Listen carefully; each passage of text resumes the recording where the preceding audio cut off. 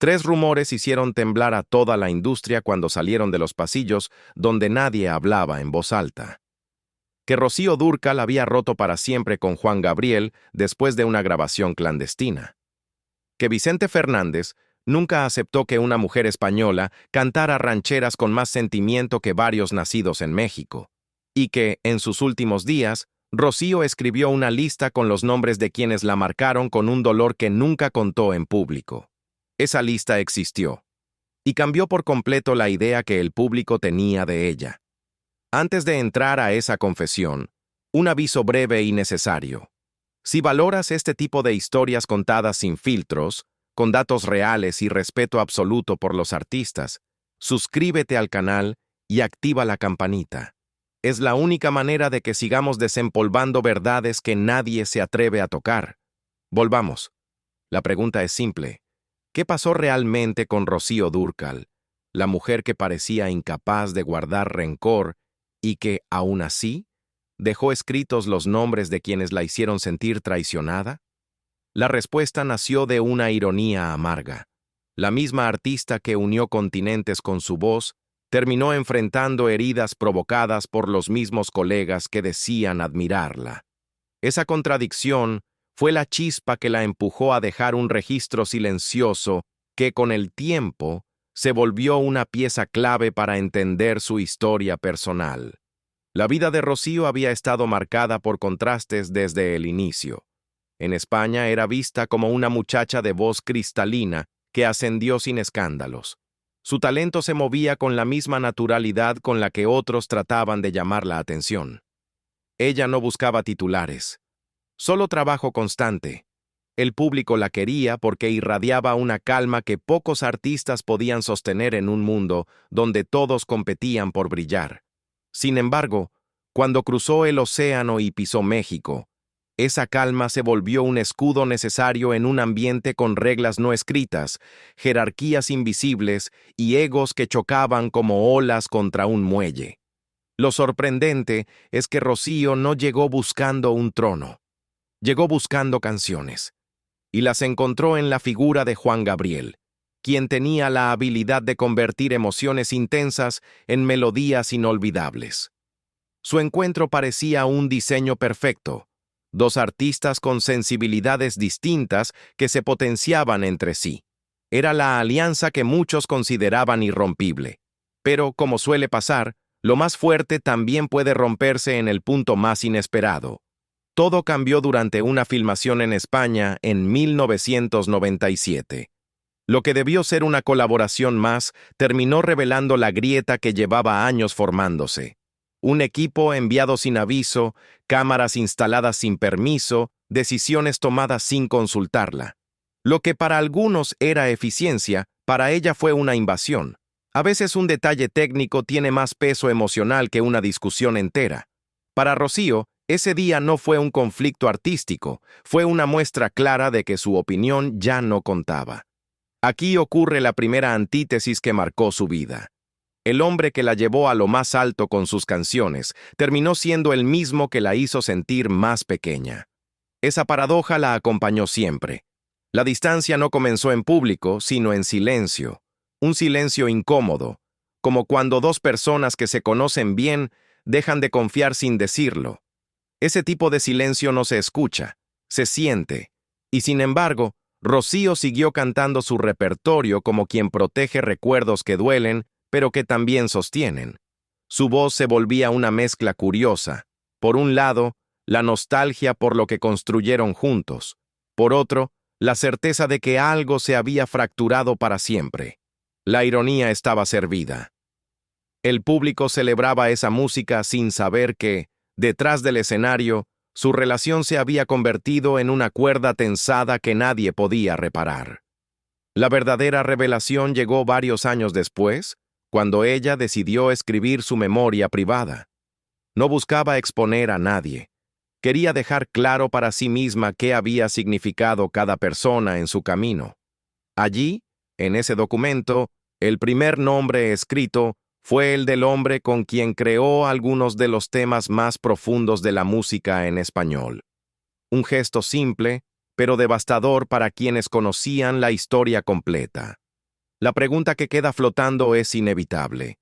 Si ese fue solo el inicio, ¿qué significaron los otros 6 nombres y por qué consideró necesario dejarlos asentados antes de partir? Porque lo que viene después no son chismes, son consecuencias directas de una vida donde la luz pública nunca reveló todas las sombras. Después de ese quiebre con Juan Gabriel, el nombre que quedó debajo del suyo en el documento privado fue igual de sorprendente. No porque hubiera una pelea pública, sino porque el público jamás notó que entre ellos existía una distancia que crecía en silencio. Vicente Fernández formaba parte del paisaje emocional de millones.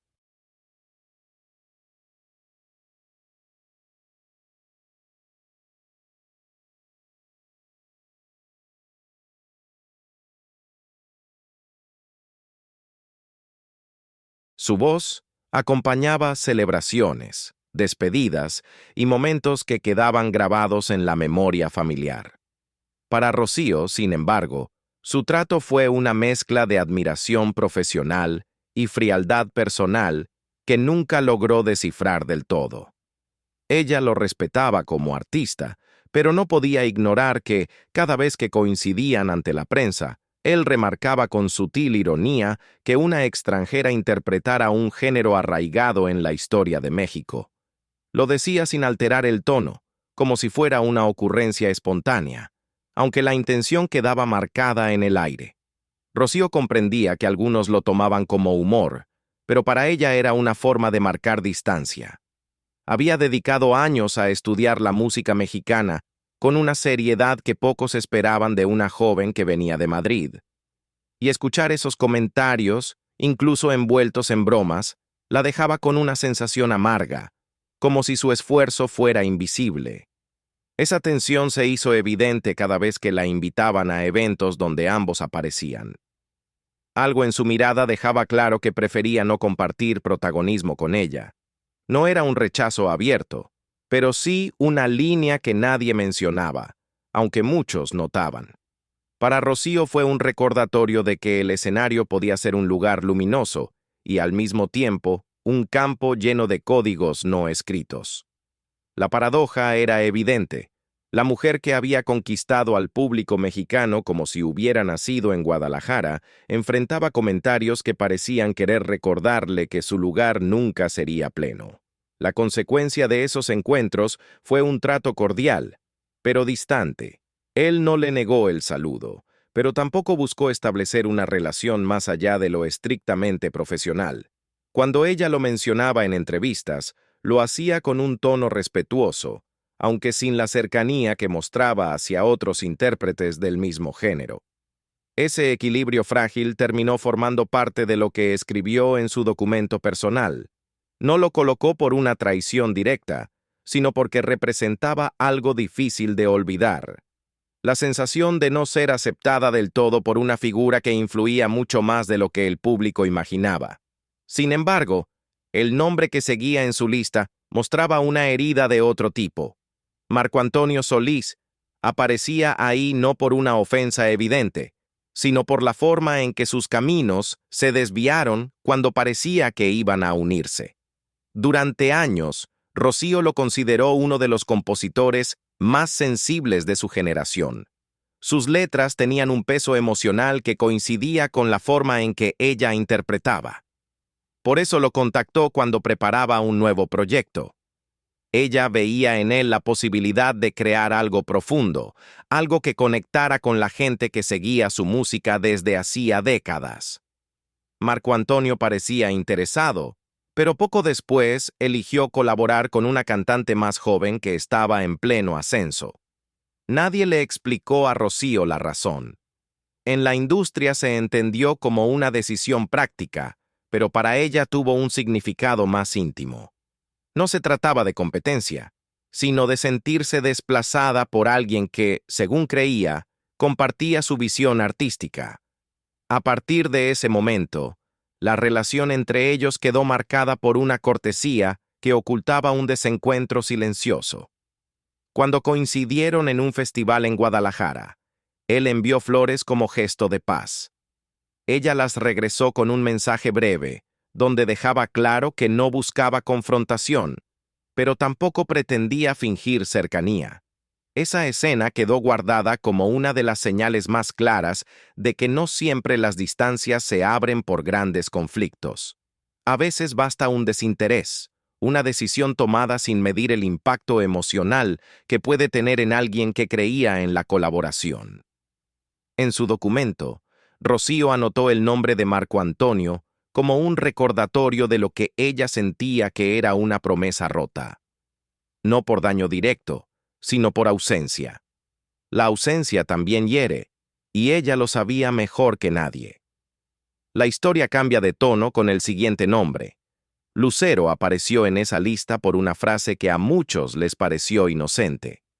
Durante una entrevista, la joven intérprete mencionó a las cantantes mexicanas que marcaron su infancia y omitió a Rocío con una sinceridad que cayó como un balde de agua fría.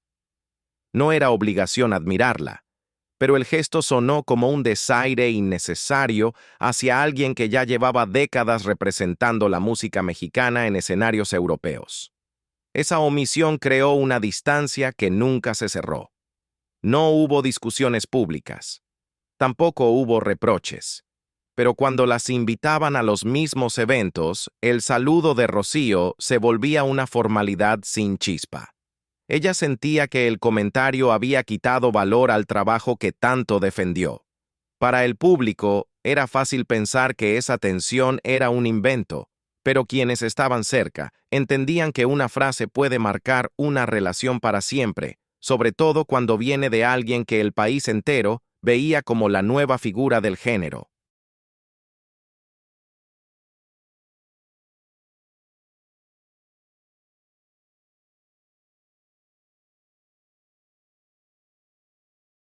En su documento, Rocío dejó una frase que quedó grabada entre quienes la leyeron. El talento sin gratitud no pesa. Esa línea reflejaba cómo interpretó el comportamiento de la joven actriz durante aquellos años. La lista continuaba, y el siguiente nombre mostraba un contraste poderoso entre el brillo público y la realidad tras bambalinas. Lola Flores ocupó un lugar imposible de ignorar. Ambas eran figuras queridas en España, pero sus estilos chocaban como dos corrientes opuestas. Rocío apostaba por la elegancia contenida, mientras Lola movía al público con una energía que parecía incendiar cualquier escenario. Esa diferencia no las hacía enemigas, pero sí competidoras naturales en un ambiente donde cada gesto tenía un significado. El episodio definitivo ocurrió en una gala cuyo público recordaba como una noche festiva, aunque para Rocío quedó grabada por una razón distinta. Estaba interpretando una balada que sostenía un silencio profundo entre los asistentes. La atmósfera era tan frágil que cualquier interrupción habría roto la magia. Y fue ahí cuando Lola irrumpió con una entrada vigorosa que cambió la emoción del momento. Para muchos, fue un arranque espontáneo, casi simpático. Para Rocío, la interrupción tuvo otro matiz. Había sido su instante, un instante que perdió sin previo aviso. Lo entendió como una demostración de jerarquía, una forma de imponerse sin decirlo. Tras aquel episodio, la relación se volvió un trato educado, aunque sin intención de acercarse. Si las invitaban a la misma mesa, el personal de producción sabía que era preferible reorganizar lugares. Nadie lo decía abiertamente, pero la distancia se volvió parte del protocolo. Esa tensión quedó reflejada en su documento.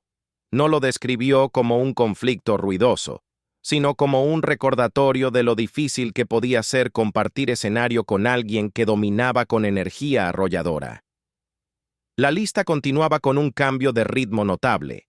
El nombre de Andrés García aparecía ahí no por rivalidad artística, sino por el trato que mantuvo con ella durante sus encuentros.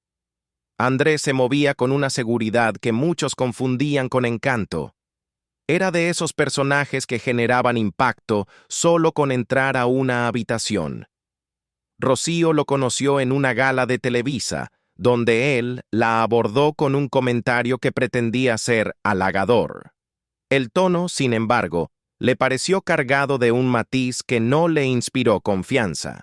Desde ese primer intercambio, entendió que había una distancia clara entre la cortesía y el respeto verdadero. El punto crítico llegó cuando ambos fueron considerados para un proyecto televisivo que, según el productor, necesitaba combinar la fuerza de un galán con la emocionalidad de una intérprete consolidada. Durante las reuniones, Andrés insistió en modificar guiones que favorecieran su presencia. Su visión del proyecto restaba espacio a la parte musical que Rocío consideraba esencial. En lugar de discutir, ella prefirió retirarse del proyecto sin dar explicaciones. Para ella, no valía la pena sacrificar su estilo por decisiones que no compartía. Su salida no fue un gesto impulsivo. Fue la decisión de alguien que entendía el valor de su trayectoria y sabía que un mal proyecto podía dejar un sabor amargo en quienes la seguían. La tensión entre ambos se mantuvo incluso años después. En una entrevista, a él le preguntaron por intérpretes que admiraba. Mencionó varias figuras femeninas, pero evitó nombrarla.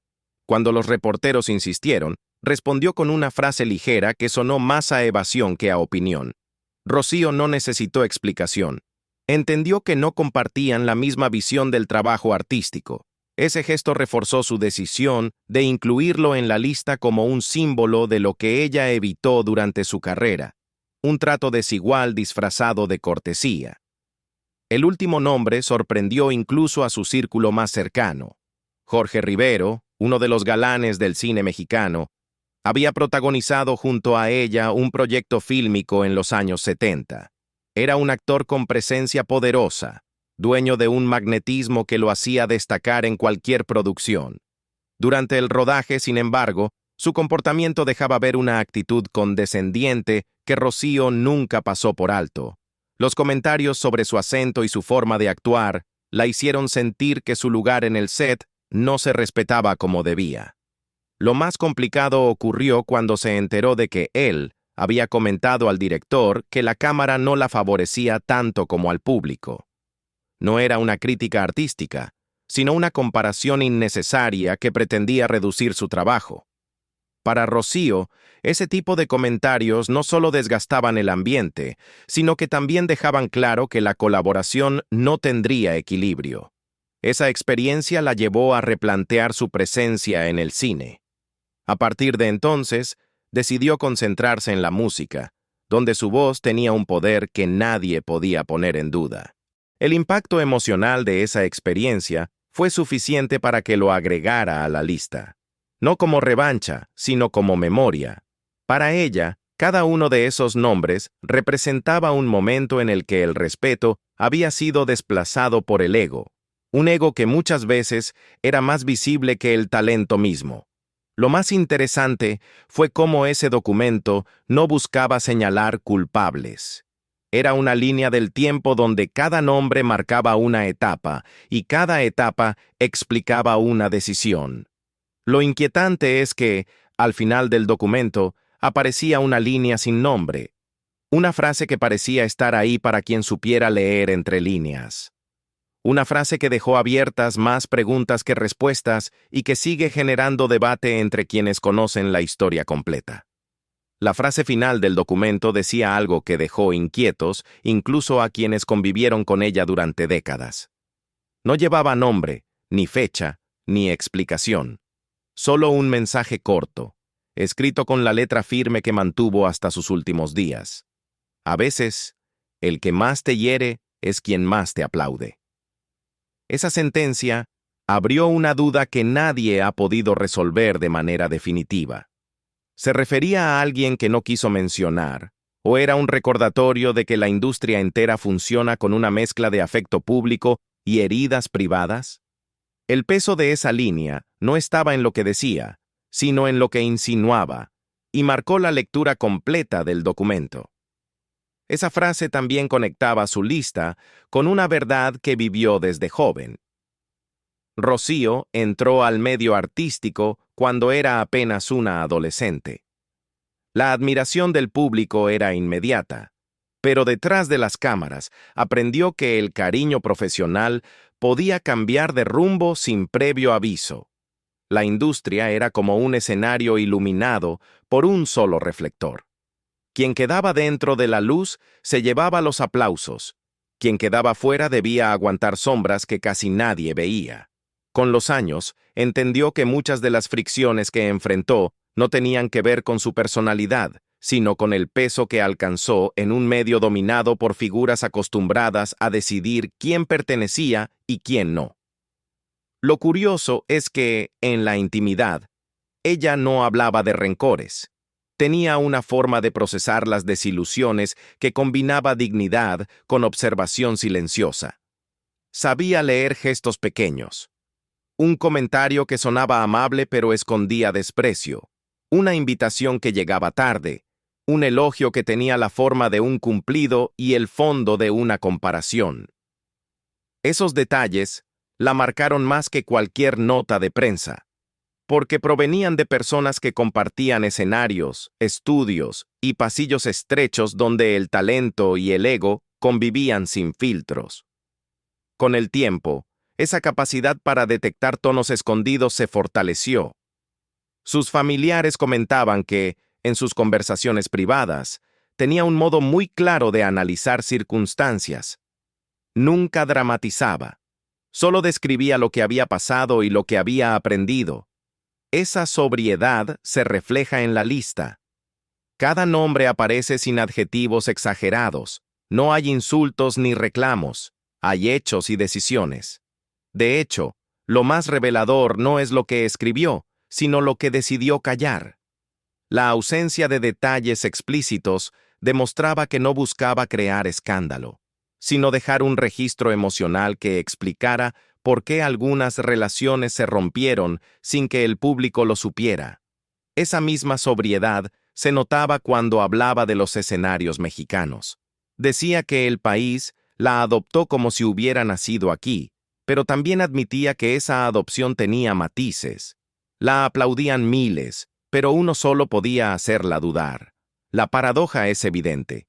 Una mujer que movía multitudes también podía sentir un golpe invisible cuando un colega la trataba como si su esfuerzo no fuera suficiente. Ese contraste entre la figura mítica en escena y la mujer que analizaba gestos cotidianos explica por qué ese documento privado tiene tanto peso en el presente. Muestra un lado que ella jamás habría compartido públicamente, no por miedo, sino porque su estilo nunca dependió de exponer a nadie. La frase sin nombre también abrió discusiones entre quienes conocían su círculo cercano. Algunos creían que estaba dirigida a alguien cuyo comportamiento no encajaba en las categorías de traición o desprecio, pero sí en lo que ella consideraba un trato deshonesto. Otros pensaban que no se refería a un individuo, sino a una sensación que la acompañó durante años. El reconocimiento público mezclado con comentarios privados que intentaban disminuirla. Esa dualidad era parte del ambiente artístico, y ella lo sabía. Lo sorprendente es que, aún así, nunca dejó que esas situaciones definieran su carrera. Trabajaba con rigor, asumía compromisos y evitaba entrar en polémicas que desgastaran su imagen o su energía.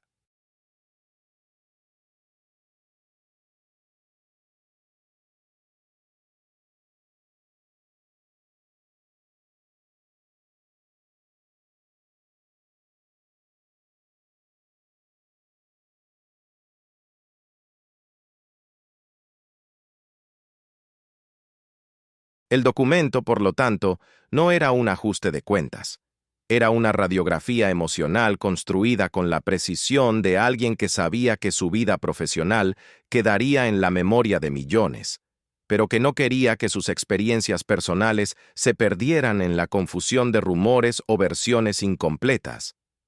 Cada nombre representaba una herida distinta. Algunas nacieron del ego, otras de comentarios que parecían pequeños, pero que mostraban la falta de empatía en momentos clave. Y esa frase final funcionaba como un aviso sobre un aspecto que casi nadie toma en cuenta. En el mundo artístico, los aplausos pueden convivir con decepciones ocultas. Lo más potente es que al revisar cada etapa de esa lista, se entiende que cada decisión posterior tuvo un origen claro. Su elección de proyectos, sus colaboraciones, sus silencios en entrevistas, nada fue casual. Su vida artística parecía guiada por una brújula interna que se volvía más precisa con el tiempo. La frase sin nombre completaba esa brújula. Era la conclusión de haber convivido con personas muy distintas, algunas sinceras y otras guiadas por intereses que se camuflaban con facilidad. Para ella, el respeto no era negociable, y ese criterio marcó su camino con una firmeza que pocos conocían. Lo interesante es que quienes leyeron el documento después de su partida notaron que esa frase estaba escrita con tinta más oscura. Tal vez fue la última línea que agregó. Tal vez quiso que fuera la más visible. O tal vez solo fue un impulso del momento. Lo cierto es que esa frase se convirtió en la pieza clave para interpretar no solo la lista, sino la historia completa de Rocío, vista desde dentro.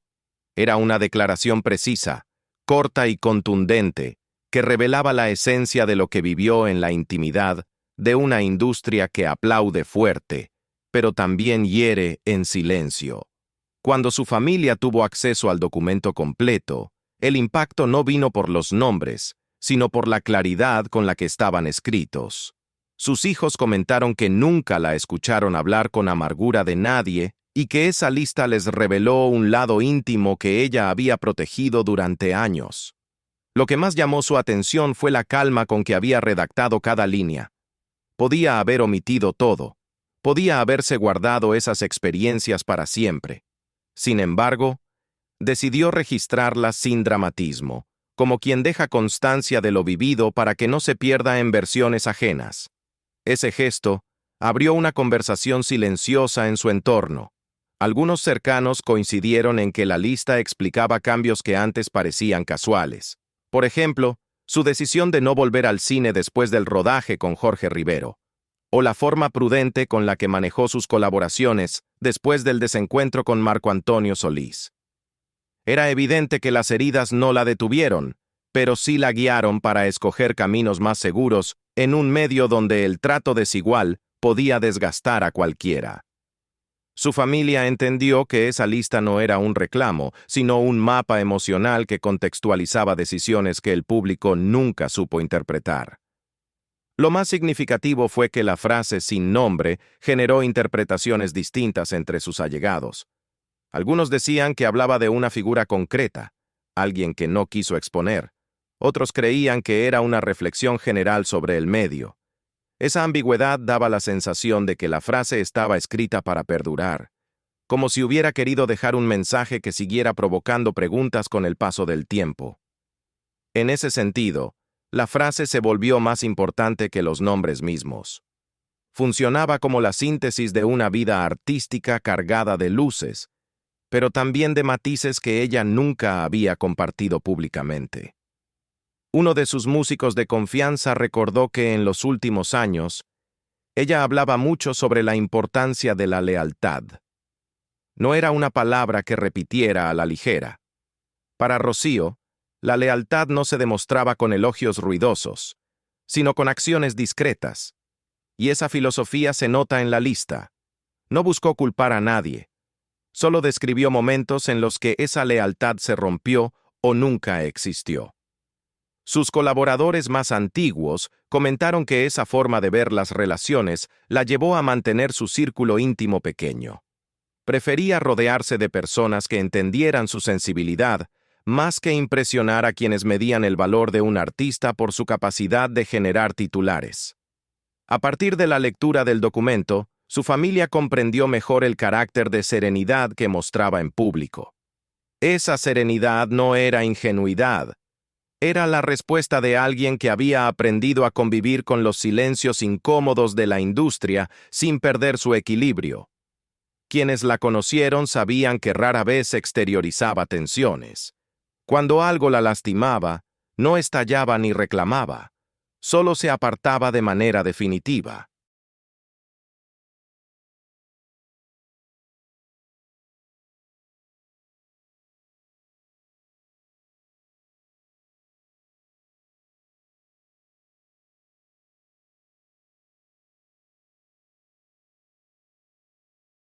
Esa actitud se reflejaba en la manera en que escribió los nombres, sin insultos, sin reproches, pero con una firmeza que dejaba claro que había tomado nota de cada situación.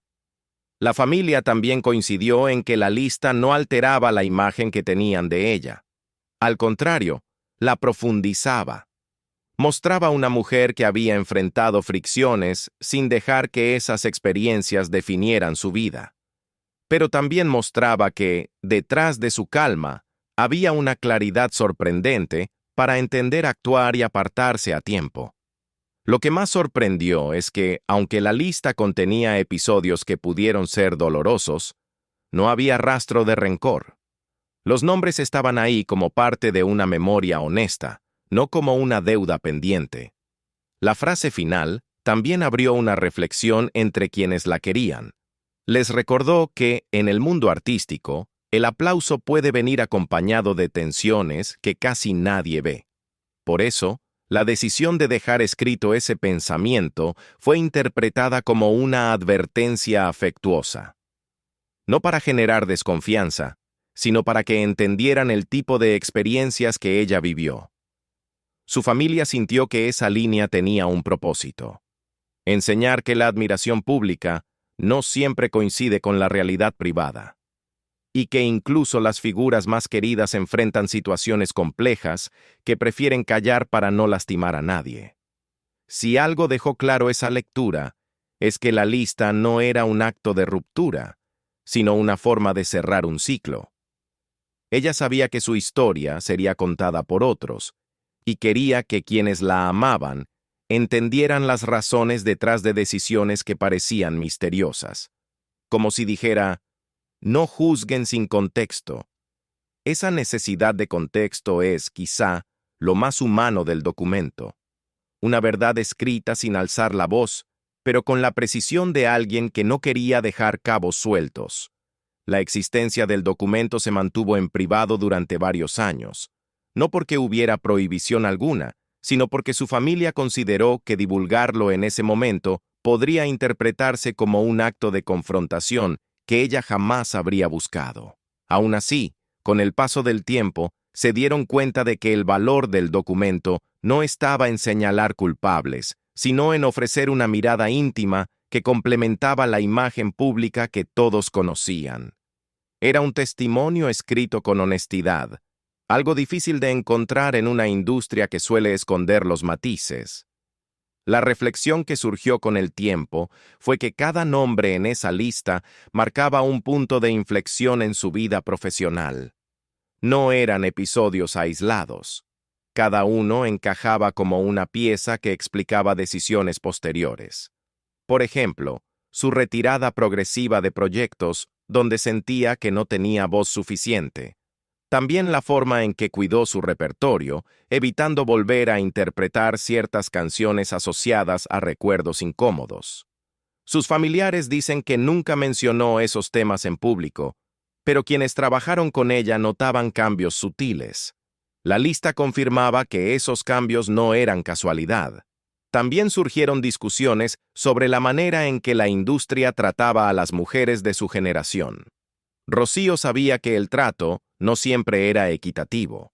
En los años en que construyó su carrera, los comentarios que minimizaban el trabajo de una mujer podían pasar como bromas, aunque dejaran heridas profundas. Lo notable es que ella no respondió con quejas, sino con trabajo.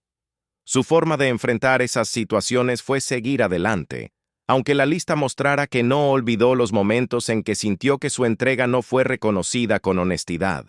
Un director que colaboró con ella recordó una conversación donde mencionó que la grandeza artística no se medía por alcances comerciales, sino por la capacidad de sostener dignidad en un medio donde casi todo empuja a la exageración. Esa frase encaja con el tono del documento. Cada nombre escrito ahí revela cómo mantuvo su identidad incluso cuando enfrentó tensiones con figuras importantes. Su forma de navegar esas relaciones fue mantenerse fiel a sí misma, algo que pocos logran sin dejar huella emocional. El documento también hizo que su familia reflexionara sobre el costo de la discreción. Rocío se guardó muchas experiencias para evitar confrontaciones. Para algunos de sus cercanos, ese silencio fue la razón por la que mucha gente la percibía como alguien ajeno a los conflictos. Sin embargo, al leer la lista, entendieron que ese silencio no era falta de sentimientos, sino una elección consciente para no entrar en dinámicas que no la representaban. Tenía una manera muy clara de cuidar su bienestar emocional. Apartarse con elegancia, aun cuando el daño hubiera sido profundo. Una de las cuestiones más debatidas fue el motivo por el cual decidió escribir el documento poco antes de enfrentar un momento complicado de salud. Algunos creen que fue un acto de introspección. Otros piensan que buscaba dejar una guía emocional que ayudara a entender las decisiones de sus últimos años.